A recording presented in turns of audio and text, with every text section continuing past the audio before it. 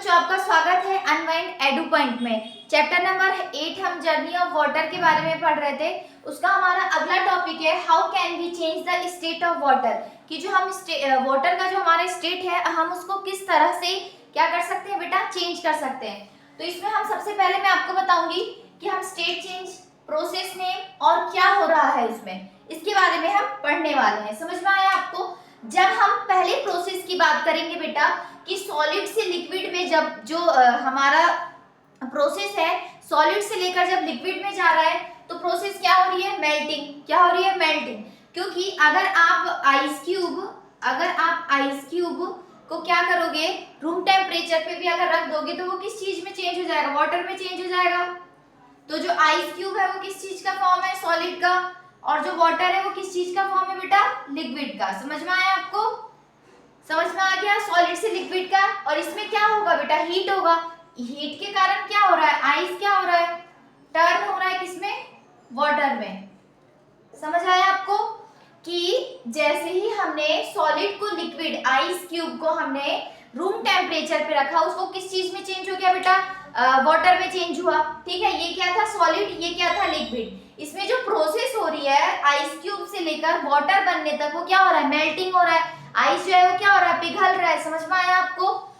और उसमें क्या हो रहा है, हीट। रूम टेम्परेचर पे रख रहे हो तो अगर वो मेल्ट हो रहा है तो किसी ना किसी तरह से उसको कुछ अमाउंट में, स्मॉल क्वांटिटी में उसको क्या मिल रहा है, हीट मिल रहा है, जिसके कारण वो क्या हो रहा है, उसके कारण क्या हो रहा है बेटा, ये आइस जो है चेंज हो रहा है। किस में हो रहा है चेंज, वाटर में। समझ में आया आपको? अब हम अपने अगले प्रोसेस की बात करेंगे। अगला प्रोसेस हमारा क्या है, लिक्विड से गैस में। किस चीज से बेटा, लिक्विड से गैस में। फॉर एग्जांपल आपने क्या किया है, बॉइलिंग वाटर किया है। वाटर बॉईल करने के लिए आपने गैस पे रखा। जब आपने गैस पे रखा तो उसमें से जो गैस निकल रही है ना, उसमें से जो भाप निकल रही है वो क्या है, ये क्या हो गया, यहाँ पे हमारा वाटर क्या था, लिक्विड था, और उसमें से जो स्टीम निकल रहा है वो क्या है, हमारा गैस है।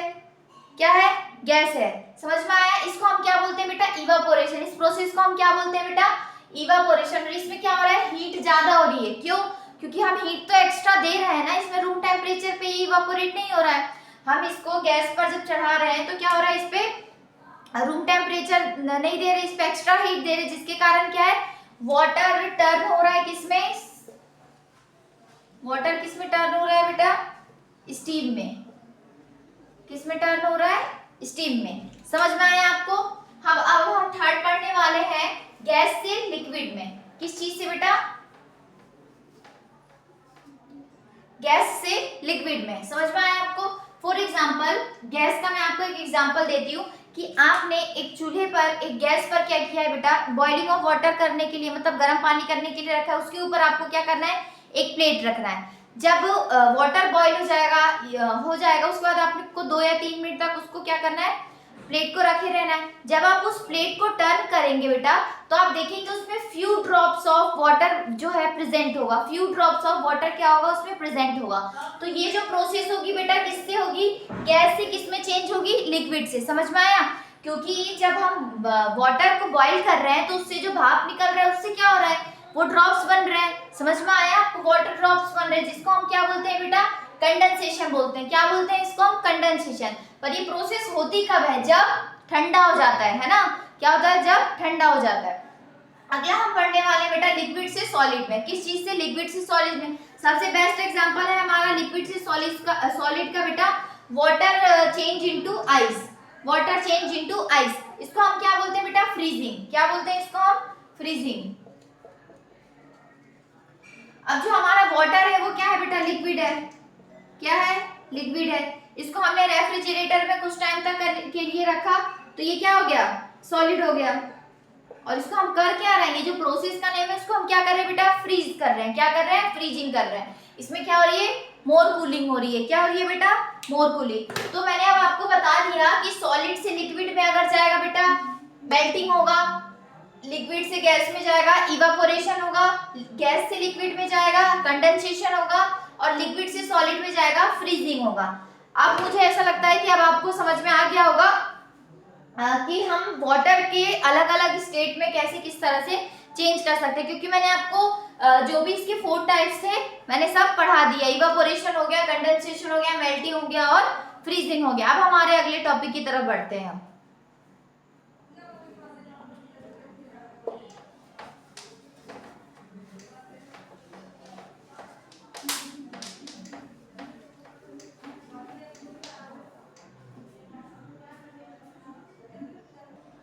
तो बेटा अगला जो हमारा टॉपिक है हम बात करने वाले हैं how do clouds gives us rain, कि जो हमारा बादल होता है उससे हम किस तरह से जो है बारिश होती है उसके बारे में हम पढ़ेंगे, कि जो रेन होता है, जो बारिश होती है उसकी प्रोसेस क्या होती है, वो किस तरह से होती है, इसके बारे में हम पढ़ने वाले हैं। तो हमारा बच्चों फर्स्ट जो हमारा टॉपिक है उसमें क्या है, इवापोरेशन। इवापोरेशन मैंने अभी आपको बताया कि जो हमारे वाटर ड्रॉपलेट्स है उनका वेपर बन के उड़ जाना, this is called evaporation. Do you know about evaporation? अभी मैंने कुछ मिनट पहले आपको बताया कि इवापोरेशन क्या होता है। अगला जो है हमारा कंडेंसेशन। जब बेटा एक बात समझिए आप कि हम फॉर एग्जांपल यहाँ पे ये क्या है, रिवर है, ठीक है। रिवर से क्या हो रहा है, इवापोरेशन की प्रोसेस हो रही है, वाटर ड्रॉपलेट्स क्या हो रहे हैं, वेपर बन के क्या कहाँ पे जा रहे हैं बेटा, उस प्रोसेस को हम क्या बोलते हैं, इवापोरेशन, ठीक है। उसके बाद जो वो वाटर ड्रॉपलेट्स हैं वो जब टीनी टीनी ड्रॉपलेट्स बन जाएंगे तो वो क्या कहलाएगा, कौन सी प्रोसेस कहलाएगी, कंडेंसेशन। समझ में आ गया दूसरी प्रोसेस। अब जो वो छोटे छोटे ड्रॉपलेट्स हैं वो क्या हो जाएंगे, क्लाउड बन जाएंगे। क्या बन जाएंगे, बादल। क्या बन जाएंगे, छोटे छोटे स्मॉल स्मॉल क्या बन जाएंगे, क्लाउड बन जाएंगे। अब ये जो क्लाउड्स हैं, ये जो सारे क्लाउड्स है, जो टीनी टीनी क्लाउड्स है, जो जिसमें स्मॉल अमाउंट ऑफ वाटर है, ये क्या होता है बेटा, सब क्या हो जाते हैं, इकट्ठा हो जाते हैं एक साथ जैसे ही होते हैं तो प्रिसिपिटेशन मींस रेनफॉल होता है। समझ में आया क्या होता है बेटा, रेनफॉल होता है। तो मैंने आपको बताया कि जो हमारे वाटर जो हमारा रेन की प्रोसेस होती है, सबसे पहले इवापोरेशन, देन कंडेंसेशन, फिर क्या होता है बेटा, क्लाउड फॉर्मेशन होता है, और then last one is precipitation means rainfall. समझ में आया आपको? तो अब आपको अगर आपसे अब कोई पूछता है कि बारिश कैसे होती है, किस तरीके से होती है, what is the process of rainfall, तो डू यू नो कि what is the process of rainfall, तो आपको अच्छी तरीके से पता चल जाएगा बेटा कि किस तरीके से जो है अभी मैंने आपको बताया जो 4 स्टेज होते हैं उस तरीके से क्या होता है बेटा, रेनफॉल होता है। तो इसी के साथ जो हमारा चैप्टर नंबर 8 जो है बेटा वो यहीं पर फिनिश होता है। हम अगले चैप्टर 9 को पढ़ने वाले सेपरेशन। और अगर आपको इस चैप्टर का नोट्स चाहिए हो, कोई भी डाउट हो, कुछ भी प्रॉब्लम्स आए तो आप मुझे कमेंट करके ज़रूर पूछिएगा। और अगर आपको ये लेक्चर पसंद आया तो लाइक करिए, शेयर करिए, सब्सक्राइब करिए अनवाइंड एडू पॉइंट को। कल मिलेंगे हम एक और अच्छे से लेक्चर के साथ, सेपरेशन चैप्टर नंबर 9 के साथ। तो उसको देखना जो है मत भूलिएगा। थैंक यू बच्चों।